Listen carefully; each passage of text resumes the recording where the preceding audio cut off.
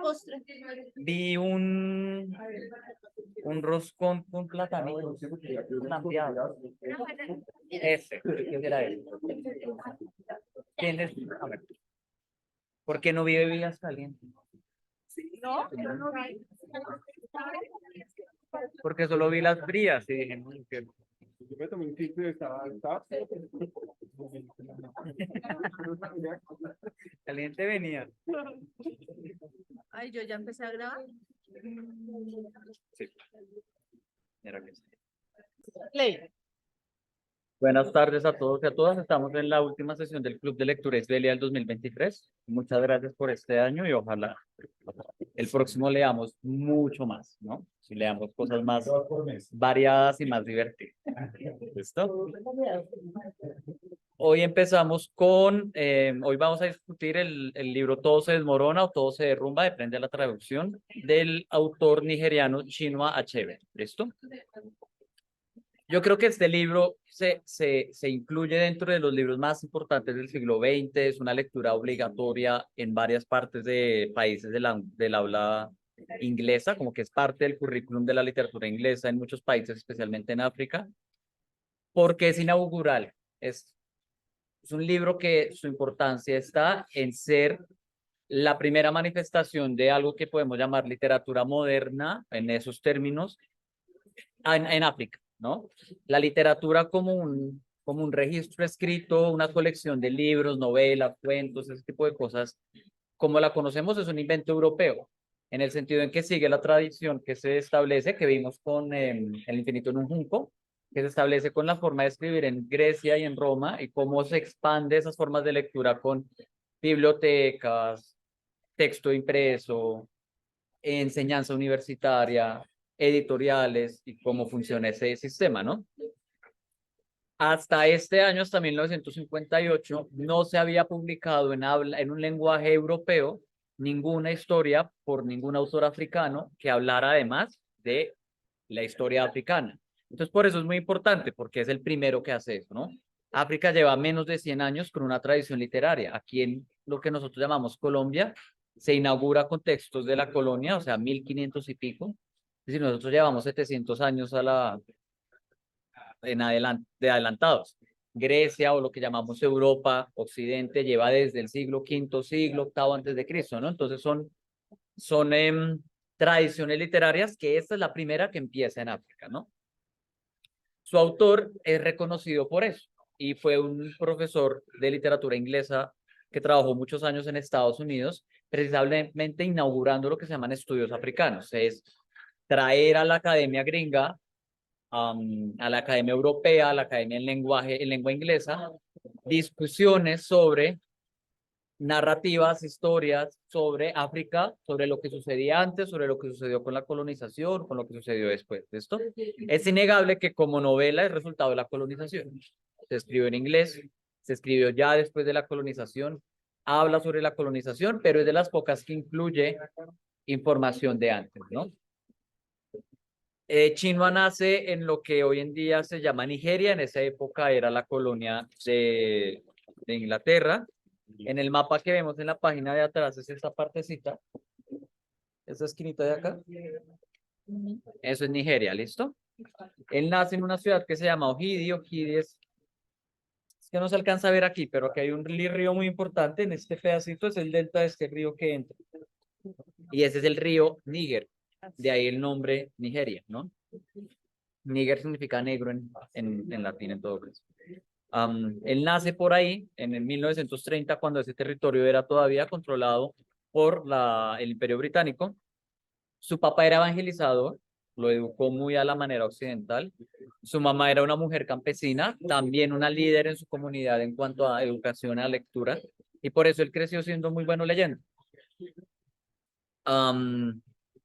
Él entra a la universidad para estudiar medicina en la primera universidad que se hace en Nigeria, ya para una época en la cual se pensaba darle independencia al país, entonces empiezan a formar estas instituciones, universidades, hospitales, gobiernos, formas para que ellos en el momento de independizarse puedan administrarse bien. Entonces esta universidad, que es una sede de la Universidad de King's, que es una de las principales en Londres, abre una sede se llama en este momento Universidad de Ibadan, y él entra con una beca a estudiar medicina, pero le va muy bien escribiendo.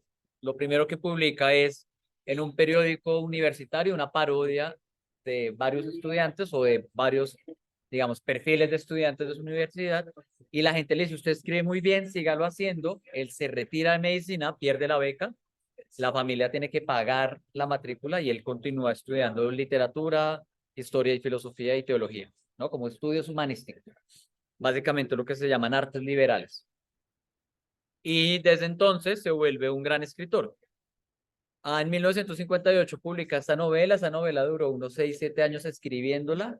Él la escribe a mano y la manda a Londres a que una empresa se la transcriba a máquina de escribir, porque pues no había cómo hacerlo en Nigeria. Era más fácil, más barato hacerlo por allá. Pero el manuscrito se pierde unos años. Entonces él le escribe a un amigo, a una amiga creo que vive por allá, y le dice como: oiga, por favor, vaya a esa oficina y pregunte. Entonces van allá y le dicen: ah, sí, tenemos aquí enviado de Nigeria esto guardado, y dice: por favor, apúrenle. Ya cuando está la versión transcrita a máquina, la mandan a editoriales, y muchas editoriales dicen: nadie va a querer leer sobre África, no es un mercado, no la publicamos, hasta que, no me acuerdo cuál es la casa editorial, es una en Londres, empieza con H, pero no me acuerdo, se la publican. Y se vuelve un éxito inmediato por ser la primera novela que habla al respecto de África, ¿no? Justo a los 2 años, Nigeria se independiza. Y él, que ya es una figura eminente, empieza a trabajar en política en su país, ¿no? Como vamos a ver después, todos esos procesos de independencia en África especialmente se hicieron de una manera inadecuada con respecto a el territorio se distribuyó de una manera que no respondía a la distribución de los pueblos que había ahí. Es decir, no responden a este territorio ha sido tradicionalmente habitado por estos pueblos o por aquellos, sino por cuestiones administrativas. Generalmente, alrededor de un río se ponía un puesto, un puerto, se ponía una iglesia, se administraba el territorio, y cuando se independizó así, ¿no? Entonces Nigeria tuvo y tiene todavía profundos conflictos étnicos, especialmente la guerra de Biafra, que fue un estado que duró 3 años. Biafra es ese pedacito contra la costa, precisamente donde él nace, que por un tiempo buscó ser independiente, un estado independiente de Nigeria, que fue el estado que el Imperio Británico dijo: vamos a dejar un país llamado Nigeria a esta gente, y los de Biafra dijeron: no queremos, tenemos diferencias étnicas profundas. Pero esa guerra fue muy cruel, fue muy brutal, especialmente en términos de ataques a la población civil. Las personas quedaron sin alimentación por mucho tiempo y murieron de inanición y de desnutrición. En esta guerra es que se funda Médicos Sin Fronteras, que es esta ONG que va a ayudar, porque hubo un médico que consideró que la Cruz Roja estaba actuando de manera inadecuada, que la Cruz Roja tenía preferencias frente a al Estado de Nigeria, y que fue muy permisivo con la violencia que sufrieron las personas de Biafra. Entonces de ahí es que surgen Médicos Sin Fronteras, ¿no?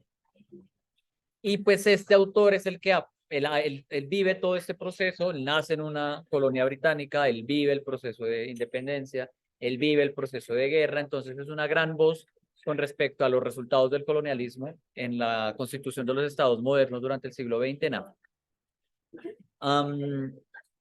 Además, como académico, él no solo escribió, sino trabajó como profesor universitario en Nueva Inglaterra, como en Boston, en Massachusetts, en alguna parte, en alguna universidad. Creo que es en Ay, se me olvida el nombre de esa universidad. Harvest, es una universidad chiquita que queda en Boston. Y él ahí, haciendo investigación literaria, es uno de los primeros representantes de una tradición teórica que llamamos hoy en día poscolonialismo, ¿no?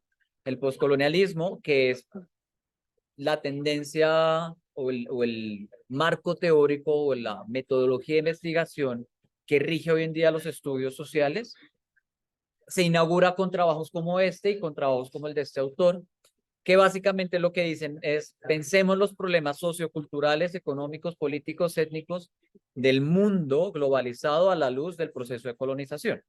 Sí, todos somos globalizados, todos estamos conectados, todos hablamos lenguas europeas, todos seguimos un mismo modelo de lo que es un gobierno adecuado, de lo que son las instituciones, de lo que son los derechos humanos.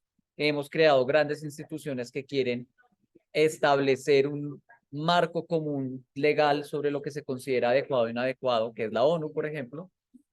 Y esto es bueno, es interesante, eso es lo que estamos, pero es el resultado de, o se logró llegar por medio de un proceso de colonización extenso, violento, hegemónico, es decir, que lo que hizo fue igualar todas las formas y que por la manera en que se hizo todavía nos trae muchos problemas, ¿no?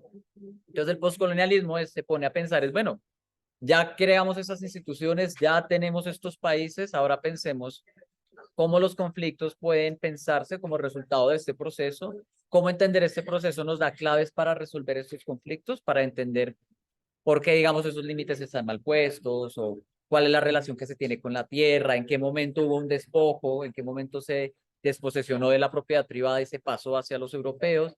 Y a partir de eso, pues, construyamos soluciones, ¿no?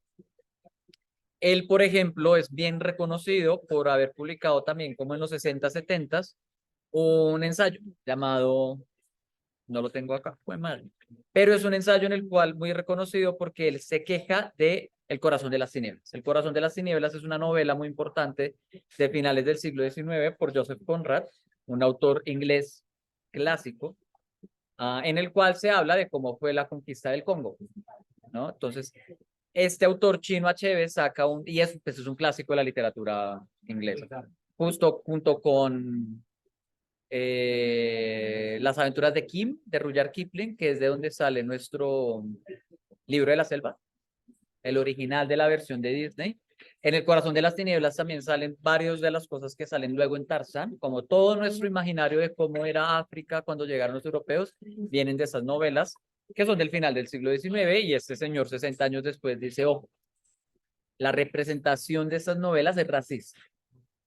Nos presenta un africano generalmente más salvaje, generalmente menos civilizado, para justificar precisamente su conquista, ¿no?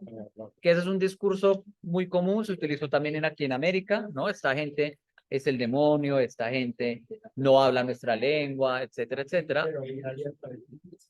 Se ve cómo lo hacen, ¿no? Y por medio de ese lenguaje, de esta caracterización, la gente justifica, digamos, violencias, genocidios, invasiones, despojos, etcétera, ¿no? Entonces le dice, ojo, esta gran novela de la literatura inglesa es racista. Y él lo dijo en los 70s, la gente se escandalizó, mucha gente salió del foro donde lo presentó, pero finalmente fue publicado e inauguró esta vena, digamos, teórica que hoy en día nos anima mucho. Por lo menos en la academia es lo que más se mueve hoy en día. El conflicto Israel-Hamás se ve y se analiza hoy en día, por ejemplo, en términos de este marco teórico. ¿Quién está dominando un territorio? ¿Quién vivía en el territorio originalmente? ¿Cómo el que nuevo llega justifica, reduce, minimiza al que está siendo conquistado? Etcétera, etcétera, ¿no? Es un fenómeno que sigue sucediendo, nosotros somos el resultado de eso, África es el resultado de eso, pedazos de Asia son el resultado de eso, Australia básicamente es eso.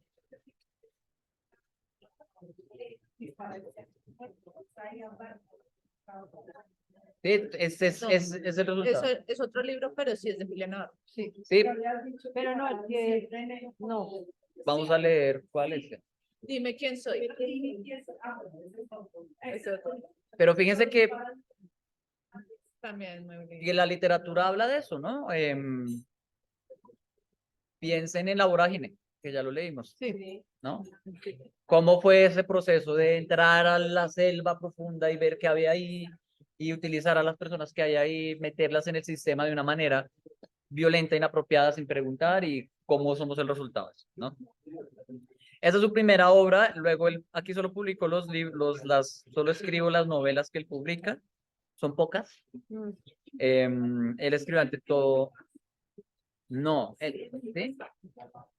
Revisemos ese dato porque Adriana creía que era literatura. Yo sí que yo ¿Tiene tengo en mi alguna? cabeza que fue Nobel, pero no sé. Todos dicen que él era como candidato, estaba o en el epílogo, estaban ¿Qué hay? esperando por un disparate Para eso. sobre el del 2002. Él recibió premios y reconocimientos, no el Nobel, ¿sí? Y su novela fue premiada, pero no es un Nobel.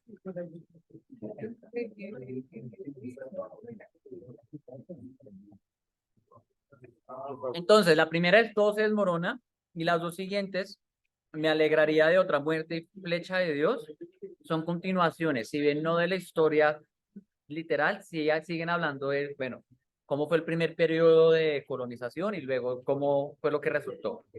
Se llama la trilogía de África. Y tiene un nombre del pueblo y hormigueros de la sabana. Él además escribió poesía, escribió cuento, escribió mucho ensayo. Y lo último que escribió es una suerte de memoria que se llama, había un país llamado Biafra en el cual él cuenta cómo fue esa guerra y cómo fue su participación.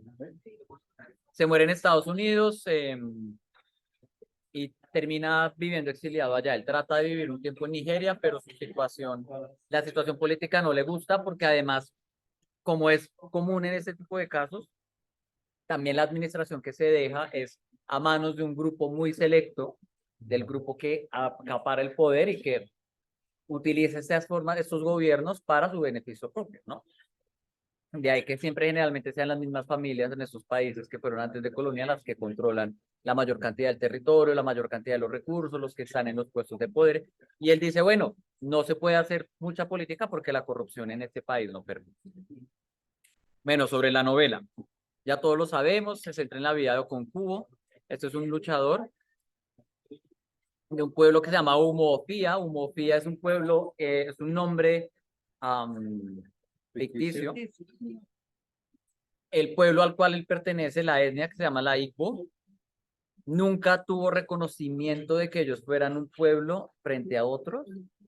Todos hablaban una misma lengua en el sector en el que vivían, que es la delta de ese río, pero nunca tuvieron mucho contacto con otros pueblos que les permitiera decir, nosotros somos entre todos este pueblo frente a los demás, ¿no? Para ellos fue durante muchos siglos una lucha entre clanes, una construcción del territorio entre clanes, pero es hasta la llegada del europeo que ellos se reconocen como un pueblo. Entonces él ficcionaliza esa organización social del territorio como Umofia y nos cuenta la historia de este señor, ¿no? Oconquo sufre, es un héroe muy atormentado porque su papá es un pusilánime y él no quiere ser un pusilánime. Su cultura tiene además muy claras las cosas que hacen que un hombre sea un hombre y que no lo sea.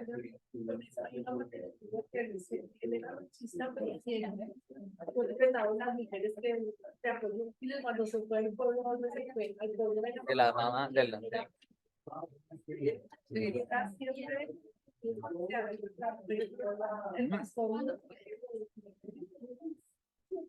y él además siempre quiso a su hija, como que hay un conflicto ahí en él con lo de ser hombre, ¿no?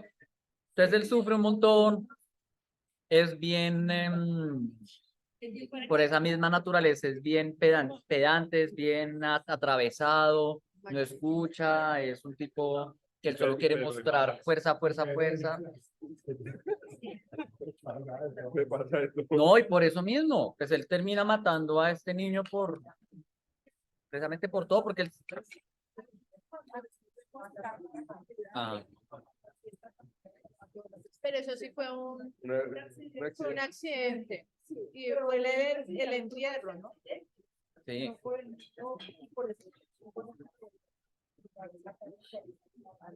Sí, él es una persona, el típico héroe fijado en lo que tiene que hacer y tan estricto y tan pegado a sus propias creencias que eso es lo que termina hundiendo, ¿no? Ese es un héroe clásico en cierto sentido, ¿no? Él termina siendo exiliado por matar a un niño y cuando vuelve descubre que todo se desmorona, que todo su sistema de creencias está cayendo. con la llegada de los europeos, ¿no? Está ubicado temporalmente en 1895. ¿Listo? Esa es la fecha en la cual sucede. La última década del siglo XX. Última década del siglo XX, porque esa es la década en la cual entran los europeos a ese territorio, ¿no? Entre 1890 y 1900 es que sucede la historia. O sea que el caballo de hierro era la bicicleta. Era la bicicleta.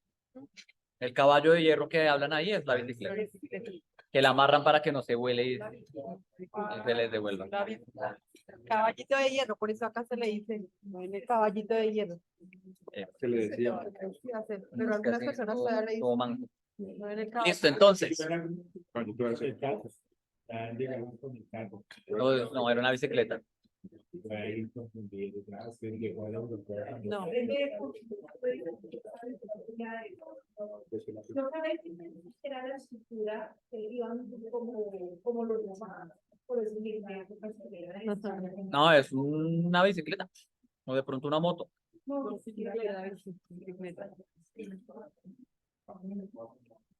Entonces, la primera parte que a mí se me hace la más bonita es presentar ese mundo precolonial. Tiene una ventaja esta novela que a pesar de que es una crítica al colonialismo y dice, oiga, los europeos muestra cómo los europeos vinieron y destrozaron el tejido social y todas las estructuras que existían.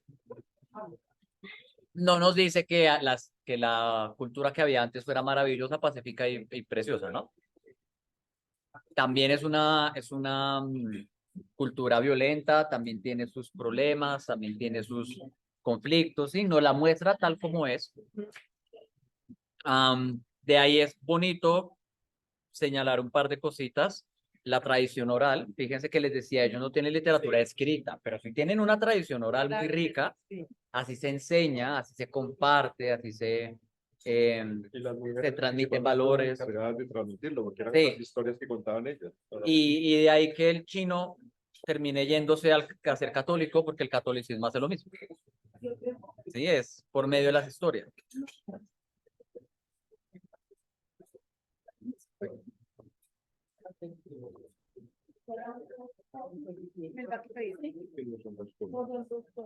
Yo pedí un roscón. Cierto que no son roscones, madre, son mojicones. ¿No, mexicanos? Algo de con chocolate, fresas, algo así. En el libro me parece sí, es el aprovechamiento de esa que el colonista siempre se aprovecha de la cultura, como de la debilidad de la cultura. Claro, el colonizador siempre se aprovecha de los conflictos internos de la cultura a la cual va a colonizar. No, un terreno. Obligado tenían que dar un terreno. Sí, la gente y ya mismo dice, y van y le dan el terreno donde ellos creían que iban a morir y que no sé qué, y desde ahí arrancan el proceso de colonización, de conquista, esa parte de eso.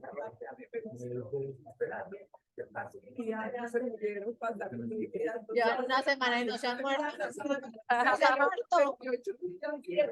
Pero la iglesia ya, no, pero desde ahí empieza el choque a la, o sea, el rompimiento de las tradiciones. Claro, Que aprovecha de la debilidad Sí, sí, sí. para por esa línea meterse a conquistar. Cuando Hernán Cortés entra a Ciudad de México, él logra gracias al apoyo de muchos pueblos que están sometidos por los aztecas y querían que se acabara ese imperio. Y ayudaron y contribuyeron, si no, no habrían logrado llegar. El apoyo de todos los que eran desplazados porque tenían que dejarse crecer el cabello y no sé qué era, y ellos la oportunidad de poder volver a ser alguien y a esa provincia de todo eso. Entonces, bueno, en esta primera parte vemos ese mundo precolonial. Es bueno porque además nos muestra que si tienen un montón de estructuras, tienen jerarquía, tienen formas de organización, tienen normas muy claras sobre el matrimonio, sobre la tenencia de la tierra. Es un tema muy bonito la relación que muestran que tienen con la tierra, como que es muy distinta a la relación que tiene el europeo. El europeo ve en la tierra explotación y dominio, este pueblo ve en la tierra relación con los ancestros, ¿no? Eso, Y- es algo que aprendí. Yo no sabía que Ñame venía de allá. De África, sí, claro. De África. De la costa, sí. Ñame, que llaman ellos ñame. Es diferente a la yuca, ya. Es parecida. Es parecida, pero sabe diferente. Sí. No se negociaba a punta de ñame, sí. El poder estaba en Ñame. Fíjense que era lo único que cultivaba el hombre. Sí. La mujer cultivaba frijol, otras cosas, pero el hombre El hombre era cultivaba ñame. ñame.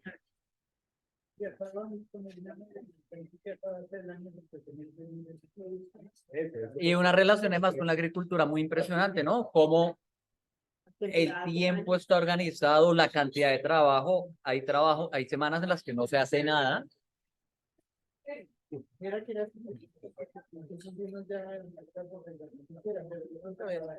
Está pendiente. Está pendiente. Este es más rico, entonces exacto. En la segunda parte, bueno, sí. En la segunda parte ya vemos cómo llegan los colonizadores, pero lo vemos desde fuera, ¿no? Okonkwo nunca tiene la oportunidad de ver cómo le llega a su tierra, ¿no? Le llegan cuando él ya está lejos, en un lugar donde él no tiene poder, en un momento en el cual él no puede hacer nada, él realmente no puede pararse y como llamar a las armas a nadie porque él está mal, él está caído. Y eso hace que, que cuando él ya pueda volver, que es la tercera parte, ya todo el tejido social que lo sostenía, el sistema de valores en el cual una persona como él podía volver a tener un lugar de importancia, desapareció. Llegaron nuevas instituciones, llegó una nueva religión, llegó un nuevo gobierno. Fíjense cómo el gobierno además no llega a decir, voy a repartir derechos, voy a repartir hospitales, no. Reparte condenas, ¿sí? Y así saca plata. Reparte un sistema de premios y de castigos que depende de un dinero que ellos no tienen. Entonces les impone también una moneda, una nueva forma de hacer comercio. Y la nueva forma de buscar también. De hacer el emprendimiento. Sí, y de que, por ejemplo, cosa que yo creo que a él le debe chocar mucho antes en su cultura, pues él cometía un crimen y los castigos eran exilios, eran ese tipo de cosas, ¿no? Nunca plata. Y pasar a un sistema en el cual la solución es venga y pague, todo bien, debe ser muy extraño, ¿no? Que es más el sistema gringo, más el sistema inglés. Gracias. Ahí Era muy diferente. Le pusieron oro y todo. Pusieron oro y todo. ¿Listo? No, señora. Hace falta Sí, una limonada.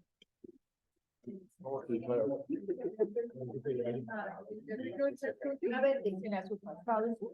No más.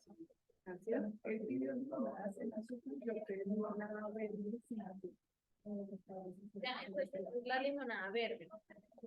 No, yo también la pedí. Sí. Lo que pasa es que yo la pedí adicional. Pero yo pedí una vez. Esa era la verde. Pero ya no la voy a devolver. Ya. No, tranquilo, ya no.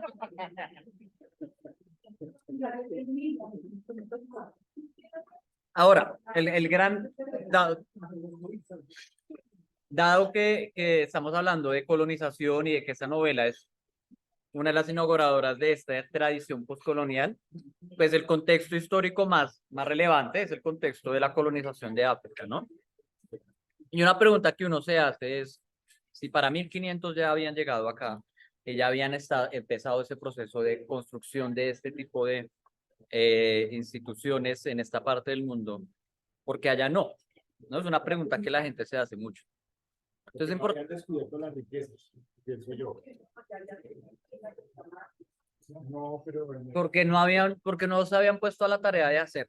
¿Listo? Entonces les voy a contar más o menos cómo es la historia. África siempre ha aparecido en la historia europea desde el principio porque siempre han sido los que queremos ir a conquistar, ¿no? La civilización de las más antiguas que tenemos en África es Egipto. También está Cartago, que es todo lo que es Tunisia hoy en día y todo eso. Libia, ¿se acuerdan que también vimos eso con la novela de Hisham Matar, que era en Libia? El Imperio Romano logra conquistar todo el Mediterráneo y establecen lo que se llamaba mundo antiguo. Cuando uno habla de mundo antiguo es todo lo que está alrededor del Mediterráneo y eso incluye el norte de África. Ellos nunca bajaron más allá del Sahara, los europeos. ¿Por qué? Nunca vieron la necesidad. Por el Sahara, por muchos años, por muchos siglos, creyeron que no podía haber nada por allá. Aristóteles además afirma, y Aristóteles era autoridad, entonces Aristóteles lo dijo, era verdad hasta el siglo XV. Afirma que en el trópico, en esa parte del mundo, hace tanto calor que es imposible que lleguen vivas. Y para ellos tienen la evidencia del desierto como razón. Lo más profundo que ellos habían llegado era por el Nilo hacia lo que hoy en día llamamos Sudán, ¿no? Pero hay muchas partes de la historia que habla sobre africanos, bueno, Del norte. no, que llegan a las culturas completamente. Pero yo creo que también parte de la historia de la filosofía que originó como que ese sector era como el invierno o como el... Eso que la gente no fuera. Entonces que la gente, por eso era que la gente no iba, porque estaban la psiqui de los europeos, que eso era un... Que no había nada. No había nada. No, Ahora, que no había nada, no, que era como lo el peor. infierno. Que era lo peor, que allá había Sí. monstruos. Exactamente. Ahora, el Imperio Romano en el siglo IX sale de ahí. Se mete el Islam. Y el mundo árabe, sí, transporta, porque el mundo árabe es un mundo de desierto, y ellos saben que en el desierto se vive, se transporta, se de todo. Y ellos bajan y establecen contacto con los pueblos que hay ahí. De hecho, en el norte de Nigeria hay mucho conflicto todavía, y hubo conflictos al principio de la fundación del país, porque ellos son musulmanes. Sí, ellos no son Igbo, ellos no son africanos de piel negra, ellos son árabes o mezclas de piel árabe de color árabe con piel de color africana negra, ¿no? Entonces, en ese sentido, ellos fueron los que tenían, pero como los europeos no tenían acceso al Imperio Otomano, a esa parte del mundo, ellos se perdieron por mucho tiempo ese contacto. De hecho, es por el control de los otomanos en esta parte del mundo que los europeos deciden empezar a buscar nuevas rutas. Ya sabemos la historia, 1498. Colón decide seguir derecho y llega a lo que es América hoy en día, pero los portugueses fueron más filos. Ellos decían, sigamos la costa de África. En algún punto vamos a ver si se puede pasar para el otro lado. Entonces, si se fijan, la mayoría de colonias portuguesas, bueno, es que aquí la impresión no deja, pero la mayoría Están por toda la costa. están por toda la costa porque Portugal, en vez de entrar y dominar a lo español, ellos establecían puertos y comerciaban, porque más comerciaban ante todo con esclavos. Quienes inauguraron el comercio de esclavos fueron los árabes en ese sector, porque había muchas tribus que tenían un montón de personas con las cuales comerciar, mucho exiliado, mucho botín de guerra, lo vendían a los árabes y los árabes le mostraron a los europeos que ese era un gran mercado.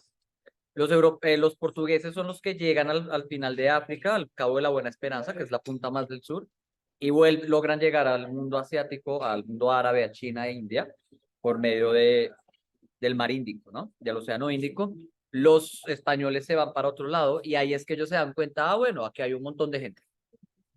Pero como fueron los portugueses los que más control tuvieron sobre esto, ellos no entraron a establecer el imperio, ellos solo mantuvieron un imperio portuario, una red de peajes, básicamente, fue lo que ellos hicieron. Cuando en el siglo XVIII, XIX, hasta el finales del siglo XVIII, la Revolución Francesa impulsa la liberación de las colonias de Estados Unidos, bueno, o más bien la Revolución de Estados Unidos impulsa la Revolución Francesa y toda la idea de que las colonias pueden ser libres, toda América empieza, ¿no?, a liberarse. Europa que eran las potencias eran Inglaterra, Francia, España y Portugal, pierden todos esos territorios. Además, como Francia pierde la monarquía y entra Napoleón empieza a atacar a todos los europeos, entonces todas las potencias traen toda su maquinaria para las guerras napoleónicas y rápidamente nosotros nos independizamos, ellos no tienen plata, ellos ya no pueden hacer nada. Termina el siglo XIX y ellos dicen, ¿y ahora de dónde? ¿No? Toda la parte árabe todavía sigue el Imperio Otomano, el norte de África sigue siendo parte del Imperio Otomano, ¿Qué hacemos? Y entonces, para 1850 y pico, 1890 y pico, digo, Otto von Bismarck, que era el canciller del imperio, del recientemente imperio africano, alemán, que había sido recién inaugurado, todo eso era Prusia, todo eso eran un montón de reinos, y Otto von Bismarck dice, unámonos, todos hablamos alemán, vamos a llamarnos Alemania, le dice a los restos de europeos, bueno, toca hacer imperios.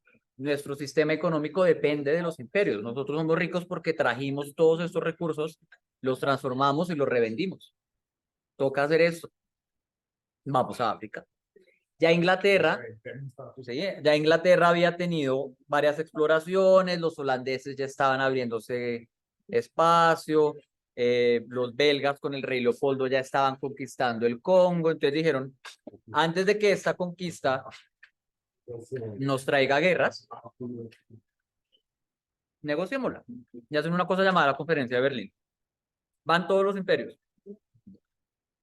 Alemania, Inglaterra, Francia, Italia.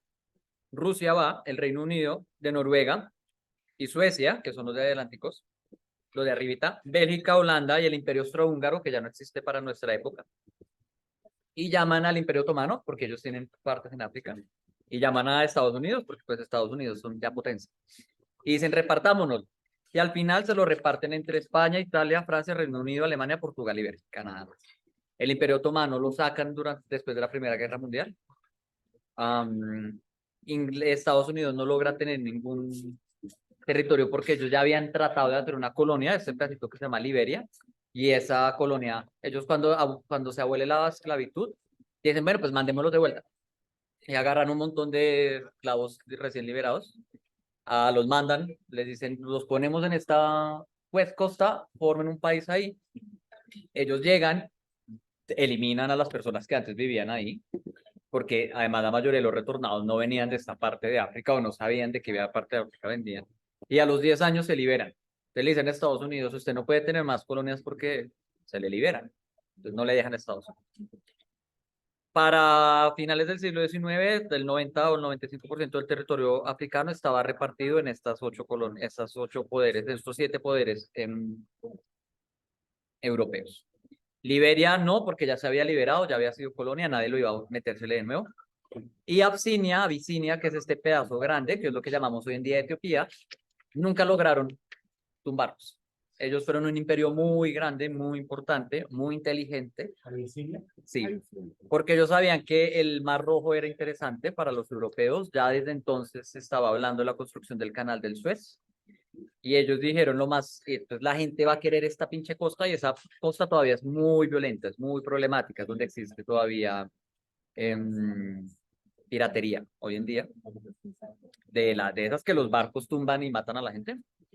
Y entonces ellos siempre se juntaban con alguno de los imperios europeos diciendo que los iban a ayudar y luego se les falseaban. Entonces tuvieron a los italianos y a los franceses y a los ingleses siempre ahí. Se aliaban con uno para pelear con el otro y al final lograron que ningún poder se estableciera ahí, ¿no? Sí, de resto, todos sucumbieron. Inglaterra, Francia fueron los que más agarraron.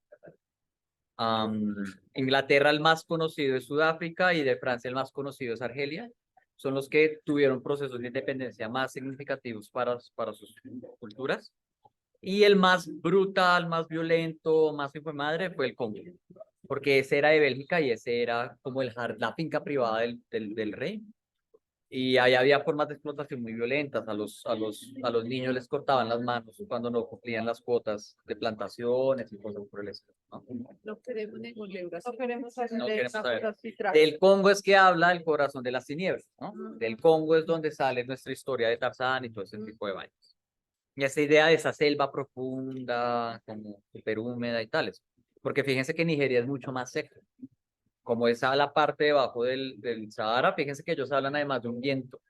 Esos vientos secan mucho, esos vientos no son tan tropicales como nosotros, ¿no? O como la parte más septentrional.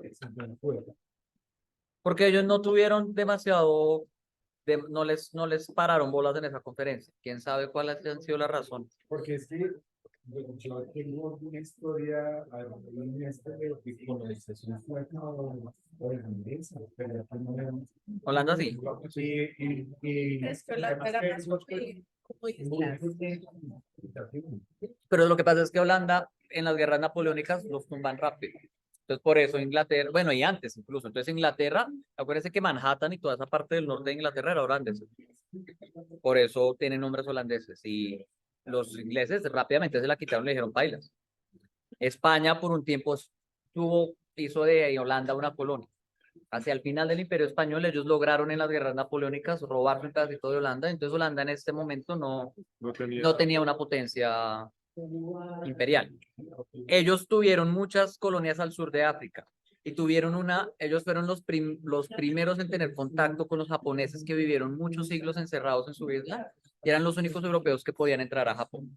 Entonces ellos tienen más conquistas por el sudeste asiático que por África.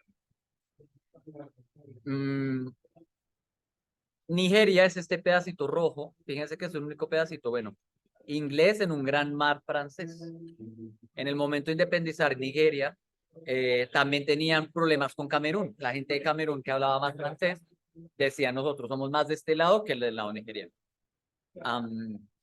Al día de hoy ya todo Europa, todo África está liberado, excepto por las invasiones que en este momento Israel está tratando de hacer al Sinaí. Acuérdense que Israel ya en una guerra invadió el Sinaí y después de 7 u 8 años se la devolvió a Egipto.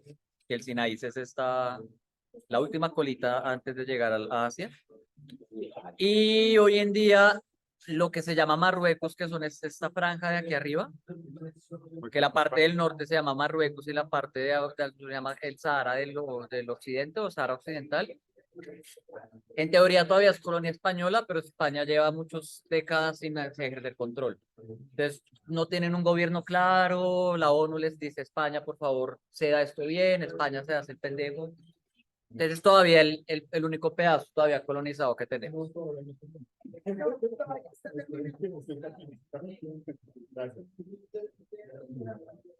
Este proceso es el que más vemos o este es el proceso macro que nos presenta la novela micro de cómo fue.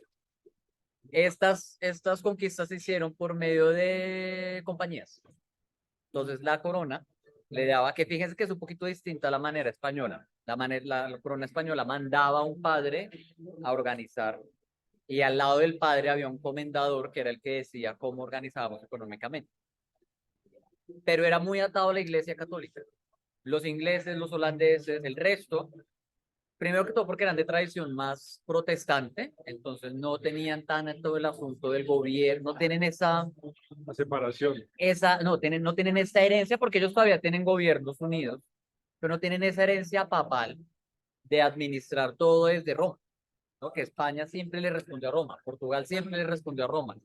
Entonces ellos, toda la iglesia es el que ejecuta lo notario y tal. Esos otros fueron más pilos. Le daban una licencia a un privado. Sí, una licitación. Le dan una licitación a un privado, una compañía demostraba que tenía los barcos y la gente. Les decía, listo, yo le doy una licencia para que explore y con acuerdos del tipo como el que tuvo Colón. Lo que usted encuentra me da una parte a mí. O de lo que usted encuentre, yo le dejo un pedazo, yo lo dejo administrar, pero usted me tiene que dar a mí porque yo fui el que le di permiso, yo le doy la bandera y en caso de guerra yo le doy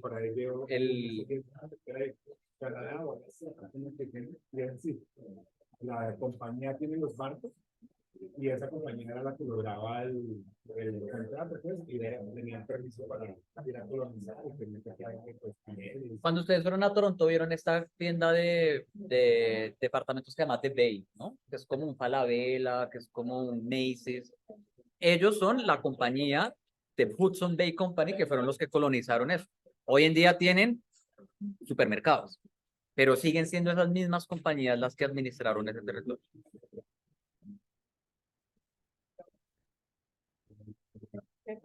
Grande, que es una B amarilla gigante. Muy, muy famosa allá. The Bay se llama. Rechazó. ¿Listo? Aparte de esto, desde lo que ya vimos del proceso de colonización y ya para ir cerrando, a mí me gustan 3 temas principales de la novela. Uno, la relación con la tierra, ¿no? Eso es una novela que nos muestra cómo fundamentalmente como especie podemos construir civilizaciones, organizar políticamente, distribuir toda nuestra jerarquía y todos nuestros significados en cuanto podamos explotar la tierra y cómo lo hacemos, ¿no? El poder de Oconcagua está en cuántos graneros de ñame tiene, y el ñame es la planta que les permite a ellos vivir. La domesticación del ñame y la domesticación de las plantas es lo que hace que tengamos cultura, ¿no? Cuando uno enseña ciencias sociales, uno habla del final del periodo de piedra y de metal y esto, y se habla de la revolución neolítica, porque es en ese momento en que empezamos a dominar genéticamente las plantas. ¿Qué quiere decir eso? Que yo ya no tengo que ir a buscar qué fue lo que produjo la planta y recoger y comer, sino que yo mismo puedo determinar cuándo crece, cuándo no, en qué lugar, cuáles son las combinaciones más adecuadas para unos frutos más grandes, para unos frutos más resistentes al clima, para unos frutos más mejorados. Y aquí se ve cómo, ¿no? Es un pueblo en el cual la relación con la tierra es tan directa que la fortuna y la infortuna dependen del clima, del cultivo. El poder depende del cultivo, y vemos cómo el ñame lo es todo. Y vemos cómo además ellos tienen ritos alrededor del consumo de frutos, ¿no? Entonces cuando ellos hablan, lo primero que hacen es ofrecerse la nuez de cola, ¿no? Entonces el que llega ofrece la nuez, el que la recibe, el que recibe, la come, y hasta ahí se puede hablar. Luego se reparte el vino, y hasta que se acaba el vino, no se habla del tema que es, ¿no? Entonces, incluso los matrimonios, todos están relacionados con la tierra. Y ellos, además, sus ritos, sus creencias también están relacionados con la tierra.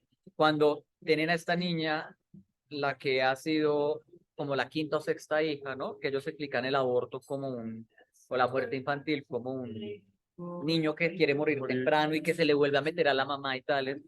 Todo este rito de dime dónde enterraste este pedazo de tela, y que la niña al final termina haciéndolos encontrar algo que estaba enterrado. Fíjense también cómo incluso lo mágico, lo místico, depende de qué está enterrado y de dónde está enterrado, y encontrarlo y sacarlo es lo que nos hace. En el bosque botamos lo que no queremos, a los gemelos, a los enemigos, ¿no? Yo creo que a nosotros se nos olvida, ¿no? Nosotros dependemos de la tierra. La gasolina es sacada de la tierra. Los celulares, los chips, todo, minería, tenemos litio, tenemos oro, tenemos sales. La comida, la comida, toda es de la tierra, todo es plantado.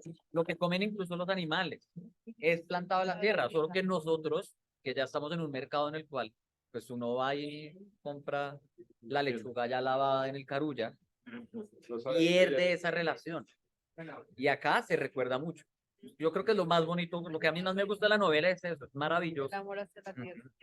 El contacto con la comida, como Que había que rezarla antes de sembrar otras cosas, que hay que descansar, dejar descansar la tierra. Sí, está en contra incluso el monocultivo, el ñame no crece solo. Ajá. Yo al ñame tengo que ponerle frijolito al lado y otras plantas rastreras para que las primeras hojitas las cubra el sol, la sombra que les hacen las otras. Eso es precioso. Y todas las historias que tienen, la de la tortuga que quería volar, y todo es relacionado con la tierra. Muy bonito, eso es muy lindo. Lo segundo y lo más evidente, lo femenino versus lo masculino, ¿no?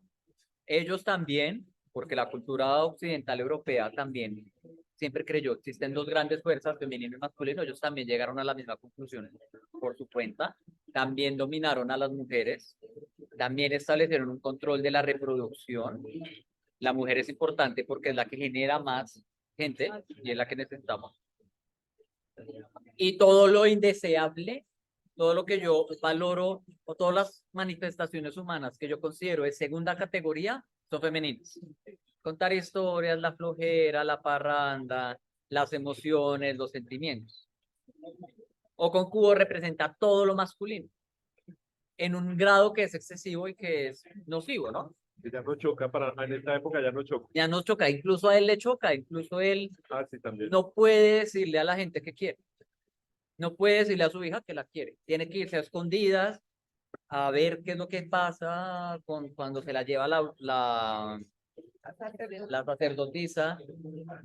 Entonces no hace nada, pero él está pendiente.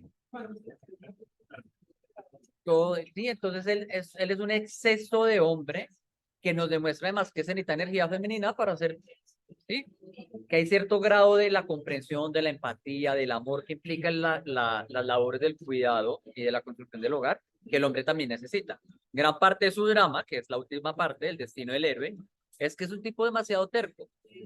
En la literatura clásica hay un concepto que se llama la hibris. Yo les he hablado de eso, que es la hibris, que es la prepotencia, que es la llaman la traducen muchas veces como el deseo de ser como un dios, ¿no? Esa prepotencia humana, como pasarse, ser más allá de mis propios límites, aquí aparece. Nuestro ejemplo clásico es Edipo. Edipo es un gran tipo, Edipo llega a Tebas, se termina casando con su mamá y teniendo un hijo con su mamá sin saber, y luego llega un adivino y le dice, oye, tienes que encontrar al asesino de esto, y él dice, bueno, lo voy a encontrar porque yo soy el que gobierna y yo voy a hacerlo, y cuando le traen a la persona que le va a revelar que es él, esa persona le dice, ojo, usted no quiere escuchar esto, no, que yo sí quiero, no, no está bien que usted escuche eso, y él insiste, y su error es insistir. Cuando él insiste, como él fue tan cansón con decir que el que haya sido el que haya matado a Layo, lo tienen que desterrar, lo tienen que matar, tienen que hacer todo. Y cuando le advierten, no busque tanto porque va a encontrar que es usted mismo, o póngale un castigo más tranquilo, porque pues usted nunca sabe quién es, él mismo termina infligiéndose esa violencia contra sí mismo. Él es la víctima de su esquema de estructura mental tan fija, tan prepotente. Es lo mismo con Okonkwo es un personaje así, él, por ser tan exigente, por ser tan pegado a la norma y tan obsesionado con lo que es ser un hombre poderoso en su lugar, termina perdiéndolo todo. ¿Sí? Termina relegado a vivir en la casa, en la tierra de la familia de su esposa, de su madre, de su mamá, dice que sí, de su mamá, termina con un hijo que se le vuelve, que es el primero que se convierte, porque en la religión católica encuentra lo que nunca encontró en él, una figura de un padre que le cuenta y lo integra a su familia.